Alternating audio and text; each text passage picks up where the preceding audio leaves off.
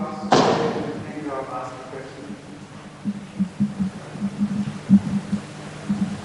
Last night there were two raised hands, two boys who wanted something to say. I said tomorrow, inshallah. That's myself. You're not a boy. There were two boys from there over there. You also wanted to say something? I started yesterday, then you told me to consider. Come on, yes, that's right, yes. There were some other boys as well who raised hands sitting over there. But you told me to refresh that question. That's right. So when I went to refresh it, I got a very good library, frankly, and I got Hazrat Mirza Bashir Ahmad Sahib Razira's book Khatam Nabiyyin. So that question has been fully answered. Answer is right. Yes.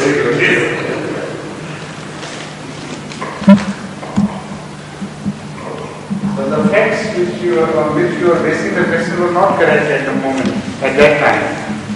No, the question is there, so the same question. No, the facts you related were not exactly as they happened. Sorry? Last night, the facts on which you based your question were questionable facts. Not all of them could be accepted. I didn't know the name of that judge, sir. Saad bin Maaz is his name. You said a Jewish judge. But he is the chief of one of the Jewish tribes. No.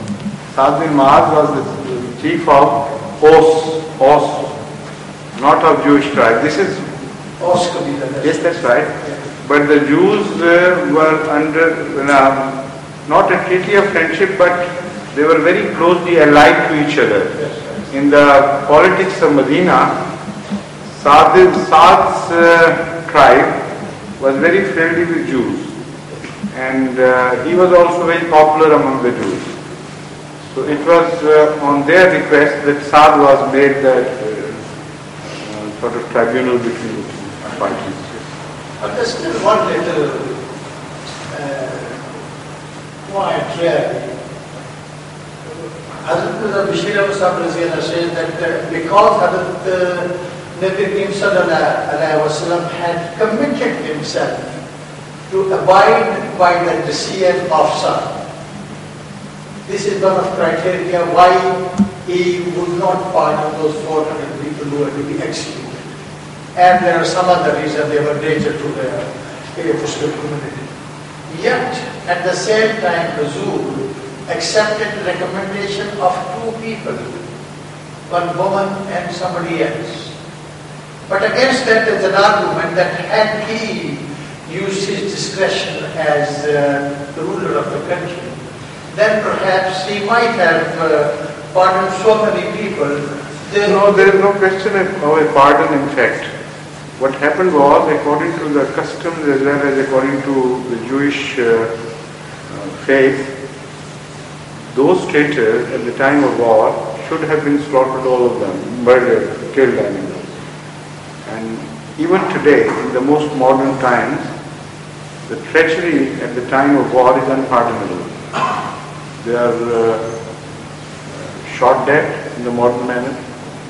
So as far as their lives were concerned, they were obviously forfeited from any angle. The point is only this, that had they accepted Ahmad sallallahu alayhi wa sallam as arbiter, there was every likelihood that he would forgive despite the fact that they had no right to live.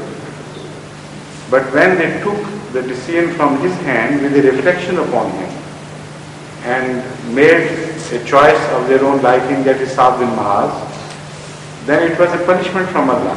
It was so ordained that they had to be killed. So Ahmad sallallahu alayhi wa sallam must have seen the hands of Allah in all this, that somebody at the verge of being delivered from that crisis itself goes back to the crisis and prefers that. So why should he have interfered then?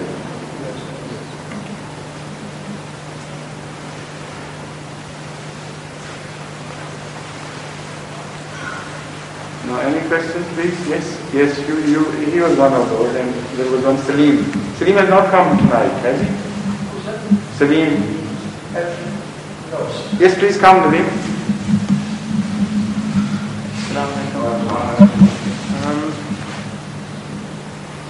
I understand that if a wife is barren, then a husband is allowed to marry another wife. Not only because she's barren, I mean, among the reasons, one of these.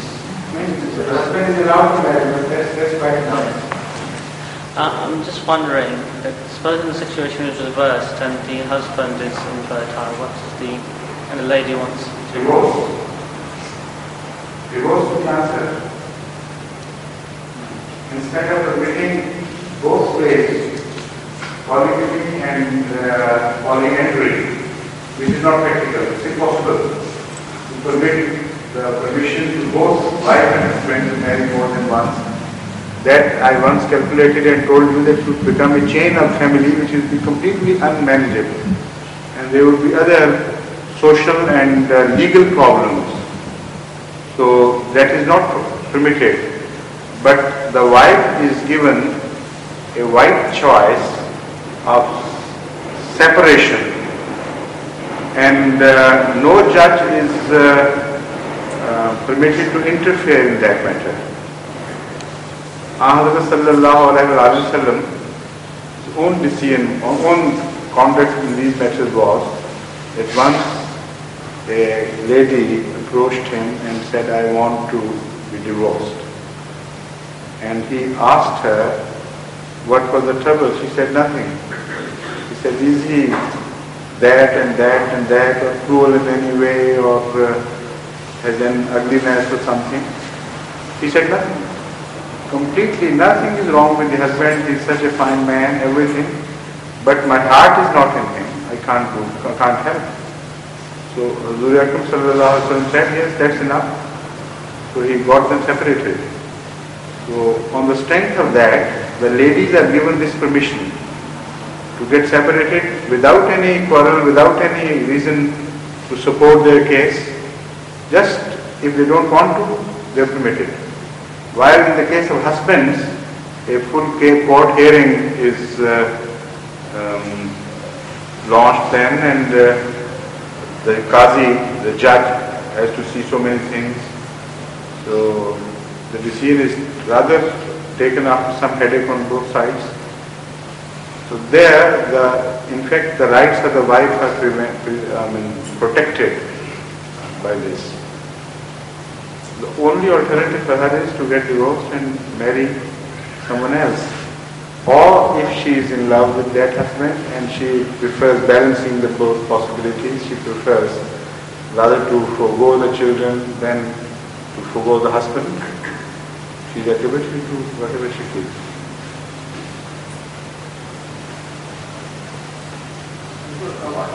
One observation. Please.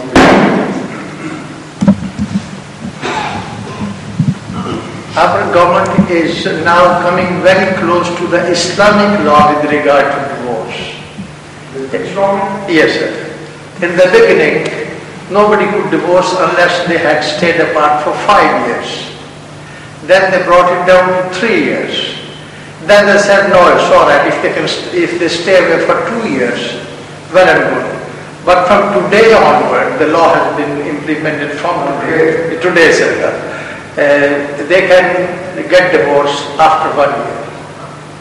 And in the past they had to give a lifelong meal ticket to the wife, maintenance. That is gone now. There will be a sort of settlement with the divorced gentleman.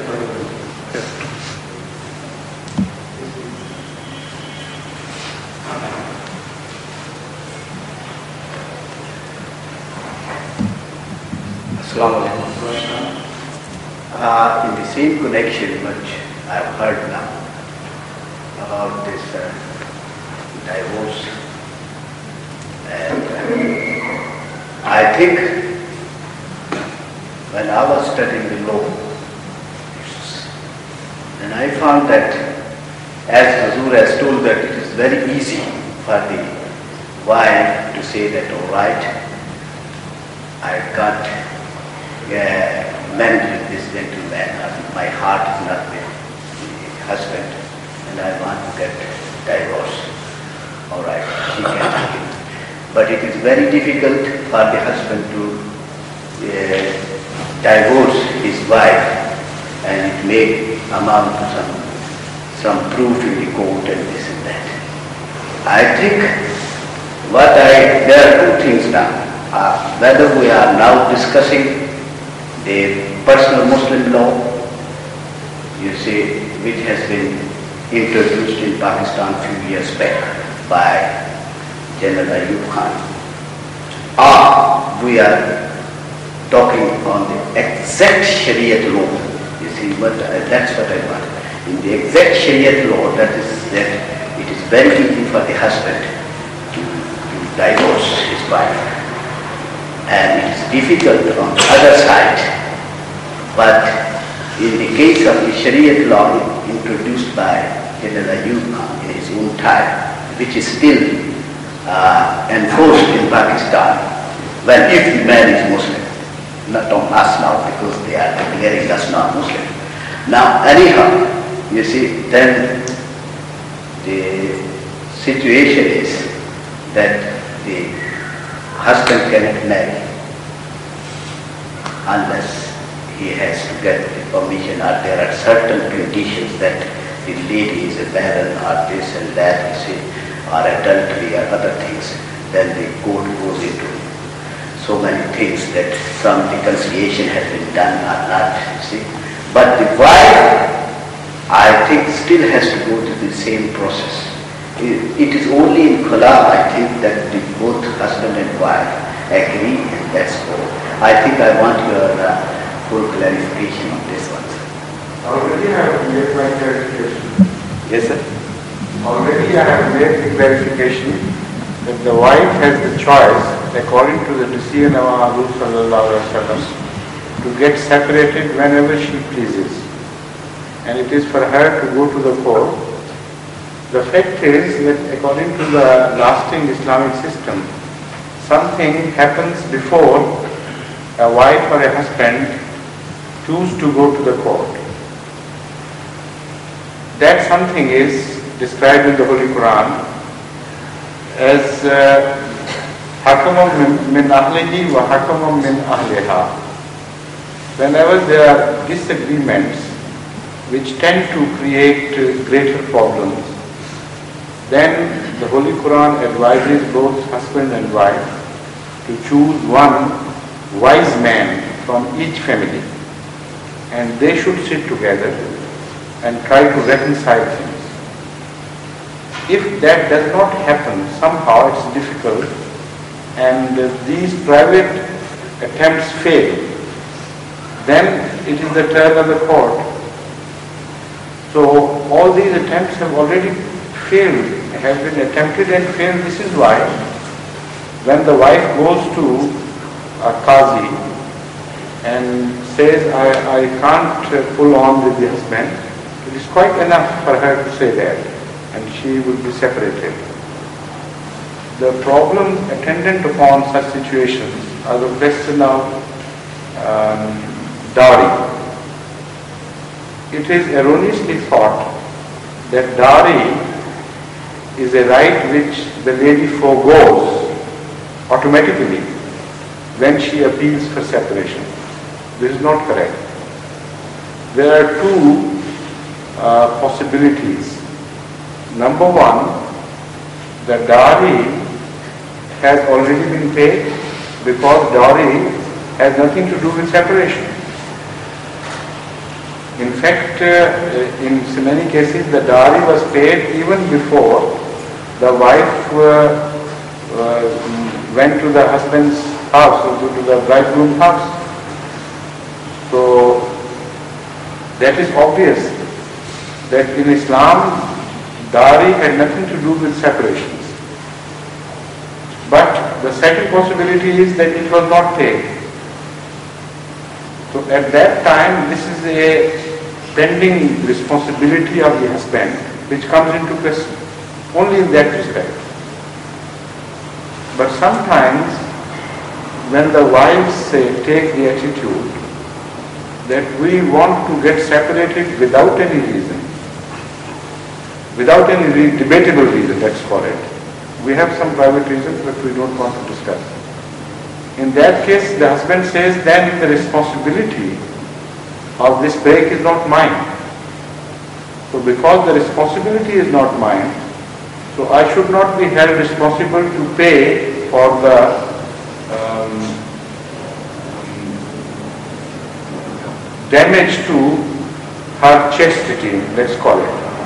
Because the underlying philosophy is this, that once a lady is no longer a virgin, it is difficult for her then to find a suitable husband.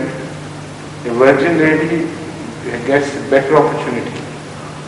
And because in Islamic system the responsibility of running the home is on the shoulder of husband, so the ladies are left with less chance to survive by themselves. So this is why this dowry is fixed, that once a wife is no longer virgin, that is, the husband and wife have performed the marriage ceremony, then this dowry is due. So it has something to do with the beginning of the marriage, not with the end of the marriage. And because a woman says, I want to get separated, and although I can't prove anything against my husband, yet I want to break this house. Then the husband says, because the responsibility in this case lies with the woman, not with me.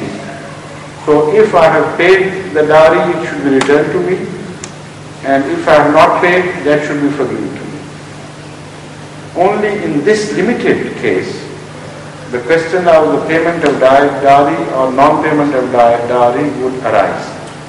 Otherwise, even if a woman has sought separation herself and she is ready to challenge the case and to debate the issue of the treatment of the husband, in that case, if it is found that it is husband's responsibility for making things miserable for the wife, enough for her to make the choice of separation. In that case, there is no question about the lady's right of dowry not to be given her, to be denied her. Any sensible court who knows the Islamic law and the traditions of Rasulullah would decide in the favor of the lady in both ways. Separation would be granted as well as dowry would be granted. Despite the fact that she has sought khula, as you call it. This khula has absolutely no mention in the Holy Quran. It is talaq alone. I wonder when this word came into being. But there is just one way of separation, that is called talaq in the Holy Quran. So this I am making clear because some husbands intentionally behave cruelly to their wives. They become the transgressors with the hope that the life would be made so miserable for my wife that she would ultimately say, all right, get done with it. Go to hell, as they call it. And I don't want anything, just leave me alone. Leave me in peace. This cruelty, if it is perpetrated with this avariceness and with this satanic view that it will save us a few rupees by way of dowry, these people are totally wrong in that. No Ahmadiyya court would decide the case like this. If it is the husband's fault and he is responsible for making the life miserable for the wife would be given separation as well as the dowry. And this concept of khula and no dowry has no place in Islam. Absolutely no foundation whatsoever. So this is what should be made clear, because here in Indian too, I have seen such cases, and this is very terrible. This tendency is very cruel and beastly to punish the wife innocently just for the sake of saving the dowry. This is very inhuman. No Ahmadi can remain an Ahmadi and behave like that. But as far as the courts are concerned, I have made it very clear. This is the Islamic teaching and it should be followed. But the same thing, you see, what we will say about this, that this divorce will be pronounced within 3 to her, you see, that is different. That Whenever the husband decides, Yes. then there are all protections for the lady's right. All these measures have been adopted to protect the lady's right. Islam does not promote separation. Particularly, Islam does not encourage men to divorce their wives, because once they are married, after a while bearing children and bearing so many responsibilities, it becomes very cumbersome for them to lead the lonely life afterwards with all the damage done to their health by bearing children and this and that. So Islam does not encourage men to divorce their wives. And it is understood that ladies will not go for it unless they were compelled to the last degree. So the decision is in favor of this psychological study, because of the psychological study. I shouldn't call it study, but the psychological facts, because the decision is that of Allah. So because of the psychological differences between man and wife, Allah protects here the rights of the wife apparently more, because she is the party more likely to be found on the wrong end. And because even after divorce, men can easily find other wives, and because their health is not as much damaged, their youth is not as much damaged as compared to that of the wives. So it is a restriction on men rather than women.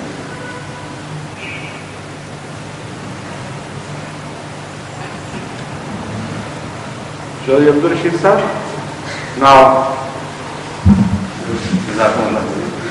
I'll do a small question first before I ask the question.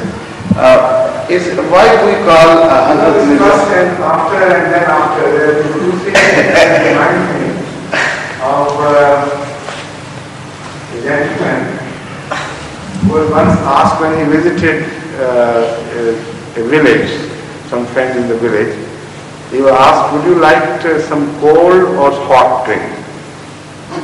So he said, well, to begin with it should be cold, but the hot can follow the dinner. Because after all, after sweet dish one likes to have something hot to wash the fat down and the sweet down. So he in fact secured all the 4 things. The cold drink, a good meal, followed by a sweet dish, and then coffee or tea, whatever it was. So your manner reminds me always, when you ask permission of asking questions, you reserve the right for 4 questions at least. Thank you. I'm greedy to ask questions, really. This is my nature, sir. One question, sir. Hazrat Mirza Bashir Ahmad Sahib, we call him Kamrul Ambiya. Is it because of his services to Ahmadiyyat, or is that special reason? That was because of some revelation of Hazrat Masih Maud Salam. Kamrul Ambiya he saw, and after that Hazrat Mirza Bashir Ahmad Sahib was born. So he was said Kamrul Ambiya, Nabiyon ka Chand, that is a word of endearment for him.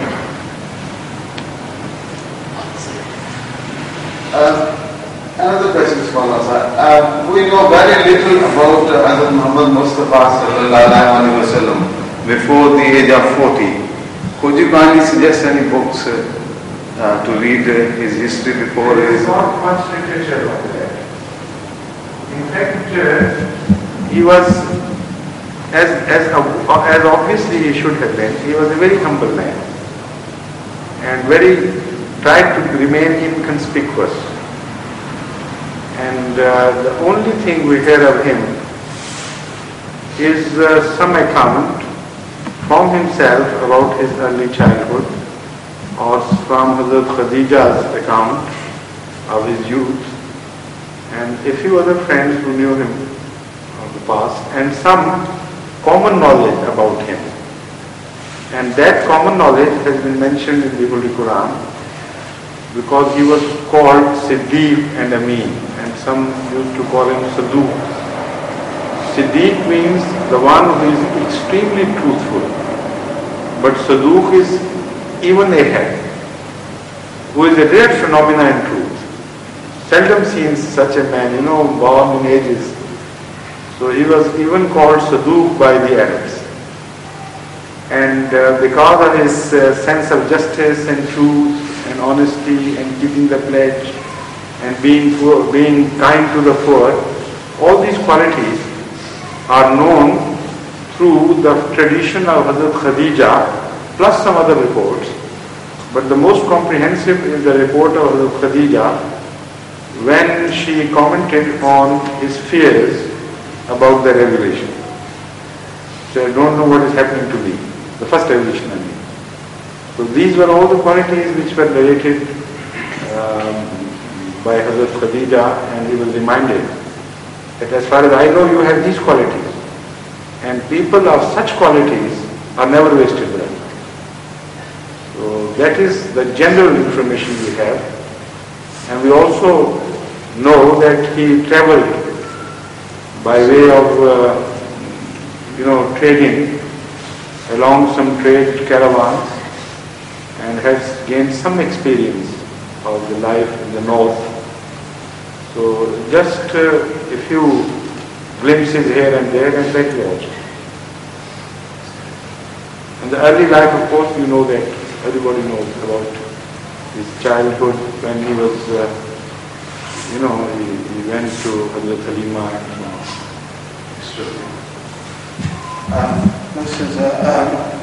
could you kindly, in the Holy Quran, the verse says, Inna sama wal basara wal fawada kullu ulaika kana anro mas'ula. Then we know a little bit about Kiramul Katibin. There are two angels on right and left of each individual. Could you kindly give us the background of Kiramul Katibin? And then, you see, when I was reading through, I found Allah Ta'ala says, Nanu akrabu min hablil warid. If that is, it's true, I know. Lahu ma fi samawati wa ma fil ard. What is the need of these Kiramul Katibin, sir? Could you kindly explain the background? What does Katib mean? लिखने वाले. Record keepers. If you look at the universe, so much is happening in the universe, and everything is being recorded. Everything is recorded, so much so that once something happens, it cannot be deleted. And even the fossil records of 3.8 billion years before have been read now and transcribed and deciphered. For instance, the oldest rock also has its own record bearing stamp on it, and that has been discovered so far in India, where a rock belonged to have been born according to its own story, which is stamped on it, which can be scientifically read, 3.8 billion years before now, which is only 600 million years before the Big Bang. So that is Allah's record keeping. And yet we have not reached all the corners. I mean, we are just skipping over the surface. Very small, incomplete knowledge of man has made him so proud. Yet everything is lying under surface so far, as I know. And people are still trying to delve deeper into human nature and things. But whatever we know is also so strange and so wonderful that for ordinary person it is inconceivable how it could have happened. And the Holy Quran tells us, "Ma li hadhil kitabe la yughadiru saghiratan wa la kabiratan illa ahsaha." That on the day of resurrection, on the day of judgment, people would say, "Ma li hadhil kitabe." What a writing this is. It does not leave even the small thing or a big thing out. Nothing is left out. So that is the nature of kitab, which you study in the scientific evidence of everything. Everything is the knowledge of God, but everything is not in our knowledge. For the knowledge of the mankind, all this system was devised 4.5 billion years ago, 6 billion years ago, when the Big Bang came into being. Those signs are also recorded even today. How the Big Bang came into being, it left a stamp on the universe. And that temperature of 6 degrees Kelvin, which is still found, is also a remnant of the Big Bang. That temperature which is common in the entire universe. So the point is that what is the recording system you must understand before you find actually what Allah means by Kiraman Katibin. This phenomena relates to a very huge and very wide system of recording and observation. And those angels responsible for this system of recording, they are under Allah's orders looking after this entire system. But there would be, I can't give you any number, there would be maybe billions and beyond that. Angels who are smaller in stature, serving under them and looking to details. And that system is so comprehensive that in some points individual angels are responsible for the record keeping and running of the system. And these are the two angels mentioned. That is to say, when you do something, there within you there is a system which would record that and have its imprint on you. So I made all this introduction because I wanted you to understand there is no copybook on which they go on writing these things. Some sitting on the right hand and some on the left hand. The right hand angel means that phenomena for which some angel is responsible. What is the nature of angel? That we don't know. But we know that that phenomena which is responsible for imprinting the acts of goodness, that phenomena is looked after by one angel. And that phenomena which is responsible for shaping us, making an imprint upon us for all the evil that we do, that phenomena is also looked after by an angel. And that system is all submerged within us. It's inseparable. Yet there are different systems. When you do good, a different sort of feeling is created within you. A sort of nobility is added to your character. You rise from where you were before that. But when you do something bad, then you know you are stooping. You are losing the platform of nobility and going one step below, or you are stooping in your approach and character like an animal. So these things which belong to the region of evil, they are recorded in a different way. And those who belong to the region of goodness, they belong to a different sphere altogether, and different system is employed. So that is what is meant by Munkir Nakir or Kiraman Katibin. Now, because on the day of judgment, all this would be required. So Allah is making us aware that there is a system, nothing is left out, nothing is omitted. You can't run away with it. We are warning you. So because we did not know, this for our sake this system was to be devised, not that Allah did not know. Allah knows everything.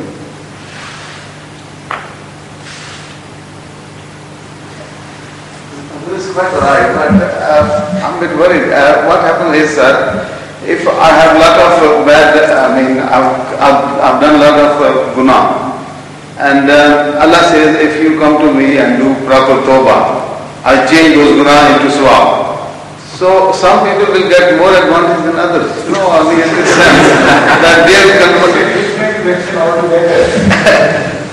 Yeah, I know, sir. But who is responsible for tawbah, initial tawbah? Allah or the banda? the Banda. Huh? Banda. He is responsible? Well, he can choose that course? No, he has to ask to request. Of course, that's right. But he can choose the course to ask for tawbah. Can he? Can he? No, he has to request that. He Of cannot. course, that's right, yes. The request, to make the request lies with him. It's true, yeah. That's right. So why do you say he is being ill-treated by Allah and unequally treated? Because if it's up to anybody, why don't you do it? Instead of envying others, then you can also do that. You can't blame Allah for unequally treating people. No, People are themselves treating themselves unequally.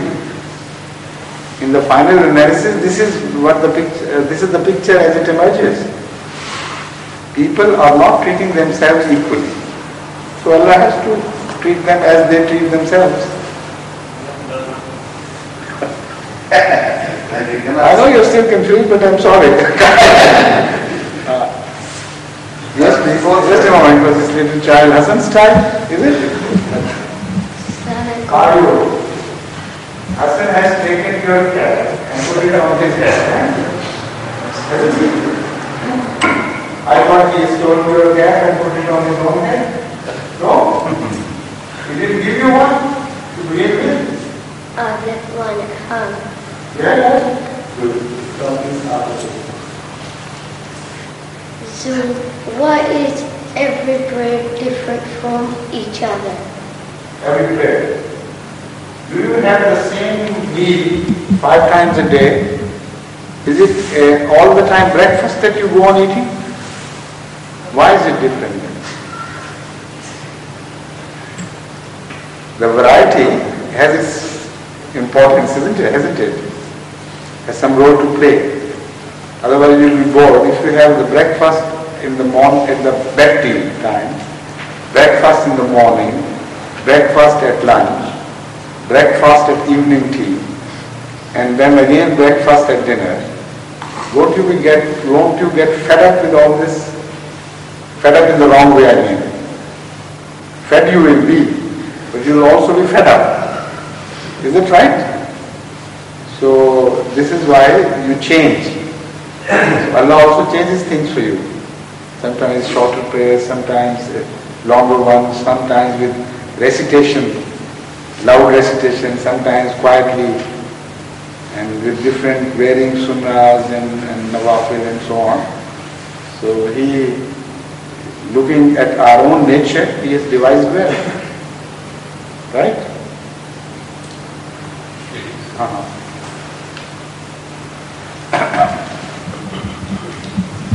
This is from ladies' side. As there is no doubt that you have a tremendous memory and knowledge. I do understand that in Hazur's case, it is a special gift from God to the Khalifa. But however, can you please throw some light on how one's memory can be improved? Is it vast reading, or are there some special techniques or mental exercises as well? Well, there are techniques as well as mental exercises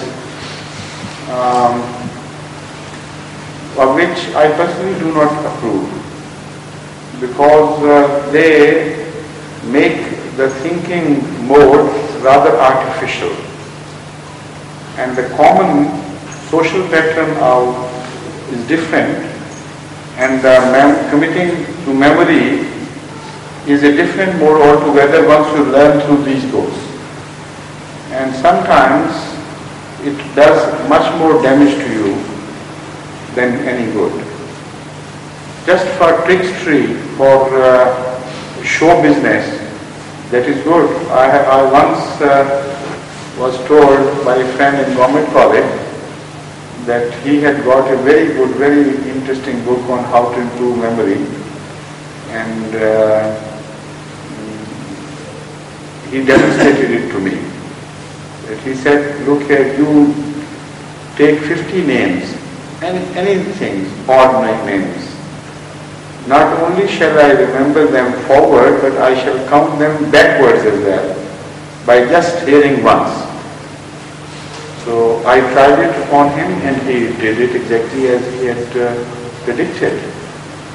So he said, this is because of this book, and from now on you will see how I improve things in my college and things. And as far as I remember, he failed in his examination. So the point was that during that period, that poor person has completely a broken personality. The system which he had learned right from the childhood of remembering things was at odds with the system he had learned through that book. His case was like poor Imtiaz, the great cricketer of Pakistan, who had a natural way of playing cricket, and he was a very forceful batsman, the most beautiful and powerful batsman that Pakistan has ever produced. And he could muster runs in a matter of minutes, while others would take an hour for that number of runs to be collected. Unfortunately for him, he was sent for further training to England, and he was told that you have hold the cross bat, which is not good. So this is the perfect way of holding the bat. After that correction, it was very rarely that he could make runs. People would go out of his love to watch him, but the performance was much poorer and below the Imtiaz which we had known earlier. So this is what happens sometimes by artificially improving things and forgetting your own natural born style.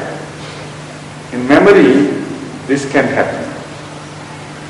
For instance, that was a small trait of memory that didn't improve my memory anyway.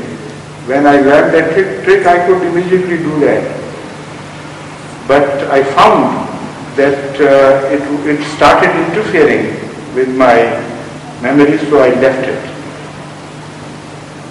The most important thing in improving memory is by forgetting about it. The more conscious you are, the less you can keep the memory intact. It is the fear always which interferes with the memory. Otherwise, there is an automatic recording system, a most highly advanced computer, the like of which cannot be found anywhere. That computer has been made to work automatically. And that automatic capability of the computer is in a way fixed. Everyone is born with certain qualities, but if he is fair and normal and working without fear, he can use those capabilities to the maximum. But if somebody tries to artificially improve things, I think more likely it is that he would get damaged. Yet there are some minor indications which can be employed, and some Americans claim that they have employed to quite good advantage without interfering with the general system of the memory. For instance, some people have a special drawback in certain regions of memory. Some people cannot remember names. Some people cannot remember the titles of the books, but remember the subject matter very clearly and in detail. Some people cannot remember the events as much as names. Some people cannot remember the numbers and so on and so forth. So, many systems are devised by some American jugglers to improve memories on all these heads. For instance, telephone numbers. How can they be remembered? Now, first you have to think from 1 to 9 numbers and give each number a particular letter. For instance, 7, if it reminds you of L, inverted L, you call it L. And get yourself familiarized with each letter so much so that it begins to come to your mind automatically. Then transfer the numbers to those letters and make a story out of that. For instance, if the letter C stands for O, or O would stand for C, for O, let's call some other thing. C stands for, let's say, 3, or E would be better for 3, all right. E for 3, and L for 7. So there is 3 7 in the telephone in this order. So you have 2 letters. One is E and the other is L. So they advise you to immediately think of a story in which the first letter begins with E and the second with L. Now, you know you have to pay quite some attention to this and think hard for some time. And instead of doing that, if you just repeat the letters in your mind and arrange them, it is easier to remember that.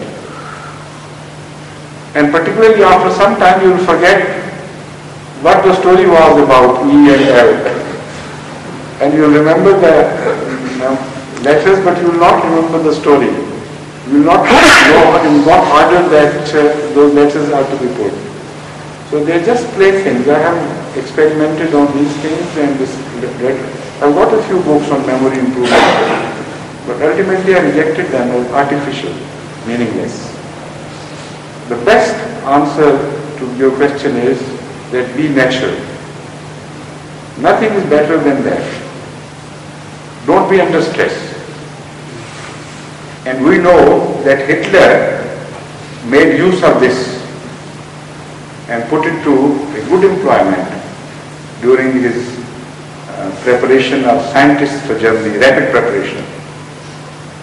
What he did, what it was advised to him by some very intelligent scholar of Germany, was that most people who appear in the examination with the examination fear, they remember things for a while under pressure and tend to shed them the moment the pressure is relieved. And because of the pressure, it is again very difficult for them to remember things. So we lose many an intelligent student who could otherwise have learned much more if he were not milled through the stress of the examination, and if he were not remembering things under pressure. So the system he advised was that do away with this system of examinations. Rather increase the number of books. Because he said if you have to memorize the whole book, what you have to do is that for one book you have to spend sometimes 100 times as much time. Then you would casually read the book and forget about it. So according to this advisor of Hitler, what happens is simply this, that you go through the examination and memorize things, but even in the present system, even after you have memorized them and have stood come out with flying colors, yet after a while you will be just like ordinary students. You will have to consult the books for all those formulae which you remembered and memorized by heart after a lot of labor. And without consultation you still cannot be an efficient worker.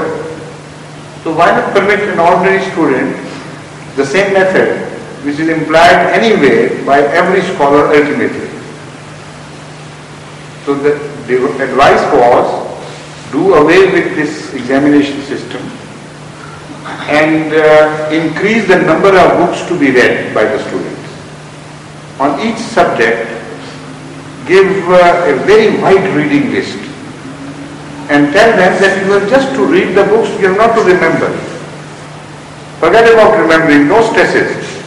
Just go through the book, and then the base of knowledge would become so great and so wide, and without stress when you go through these books, the amount they would retain would be much more than they would retain otherwise. Sometimes children who fail repeatedly in examinations can't remember the history stories. They read a novel and they can relate the entire novel to their friends. So he said the only examination would be for a teacher or a tutor to just examine that student had read the books. He would come, I have read that book. So occasionally he will find just a cursory examination, that if the student had read actually or not. If he has read, he would tick in their card on the list that he has read that book. So after that another and so on, and some practicals. Even those practicals would be without examination. It is reported that the generation of scientists which was produced under this system in Germany outshone every other generation. How far it is correct, this result, I don't know. But I know personally that the basics are sound. Read without stress, you will learn much more than if you read under stress of memorizing and remembering things. So for this while I can only say that much. But while on the subject of memory, I should like to relate a very interesting incident which took place here in the London Mosque. And during my stay here during 1956. Have I related to you before or not yet? No. Very interesting.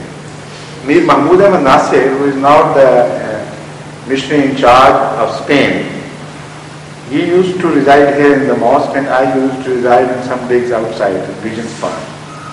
But I used to call here every week and plus many visits apart from the Jummah prayer. So during those days when Hazrat Muslim Maud was also here, I think it was 55, not 56, 55, and the middle part of the 55. There was also a gentleman who was a temporary Waqf Zindagi for trade business. From Africa he was returning home to Pakistan. So he was also staying and we used to have good chats with him. It was very interesting. So once Mir Mahmood Ahmad Sahib complained that Maulvi Sahib, I have a problem with my memory. You are an experienced person. You know so many recipes for this and that. Would you kindly advise me something to improve my memory? So that Maulvi Sahib said, yes, of course, Mia, I can do that. In fact, he said, I have been using a particular prescription from improving memory for the last 32 years, and I know from personal experience that it is very good.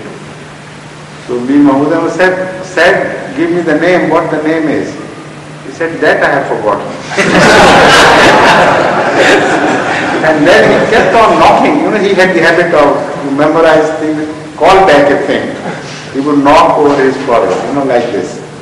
So he kept on knocking, but the call was not responded to. So there are recipes as well, apart from books.